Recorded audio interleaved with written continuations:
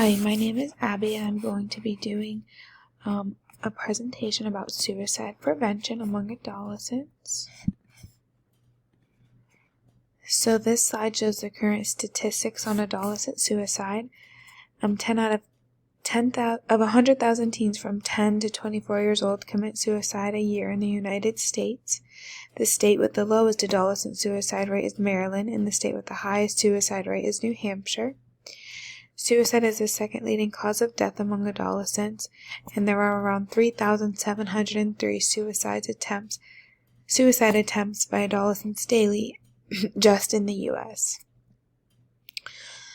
Social media also plays a huge role in adolescent suicide. Social media affects girls more intensely than boys when it comes to suicide. A quote from a study says that through annual surveys from 2009 to 2019, researchers tracked the media use patterns in mental health of 500 teens as part of the Flourishing Families Project. They found that while social media use had little effect on boys' suicidality risk, for girls there is a tipping point.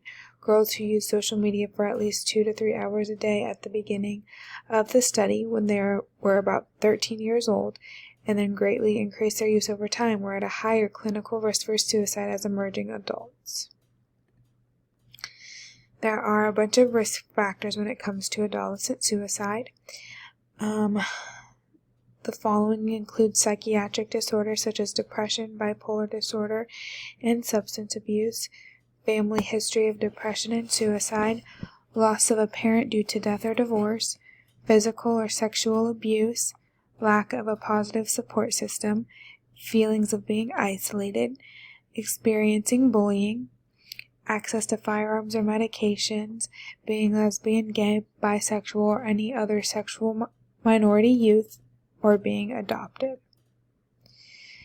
If you know that your adolescent is planning to take their own life, steps you can take as a parent include calling 911 if you believe they are in immediate danger, talking to him or her immediately, and don't be afraid to use the word suicide, because the chances are you did not plant that seed in their head to begin with. Ask your teen to discuss their feelings and truly listen to them. Reassure them of your love towards them, and seek medical attention from a licensed professional, such as a psychologist or a psychiatrist. And here are the references. Thank you for watching.